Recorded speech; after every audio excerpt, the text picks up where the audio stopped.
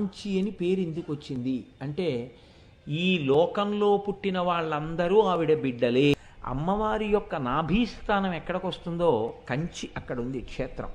మనందరికీ అమ్మవారితో నాభీ సంబంధం ఉంది. నాభీ సంబంధం తెగినా హృదయ సంబంధం ఉంది. ఆవిడ మనకి కన్న తల్లి కాబట్టి కాంచి దేశపటాన్నంతటినీ ఒక అమ్మవారిగా చూస్తే అమ్మవారి యొక్క నాభీ ప్రదేశం ఉన్నటువంటి క్షేత్రం కంచి క్షేత్రం.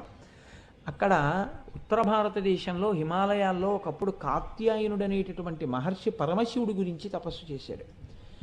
శంకరుడు ప్రత్యక్షమై నీకేం కావాలని అడిగాడు. నాకు అమ్మవారిని నా కూతురిగా చేసుకోవాలనుంది అని కోరిక వెలిబుచ్చాడు. నీకు తప్పకుండా నీ కోరిక నెరవేరుతుంది అని ఈశ్వరుడు అంతర్ధానమయ్యాడు. ఆయన అలాగే అనుష్ఠానాన్ని కొనసాగిస్తున్నారు. ఒకరోజు బోసి నవ్వులు నవ్వుతూ అత్యంత సౌందర్యరాశి అయిన ఒక చిన్న పిల్ల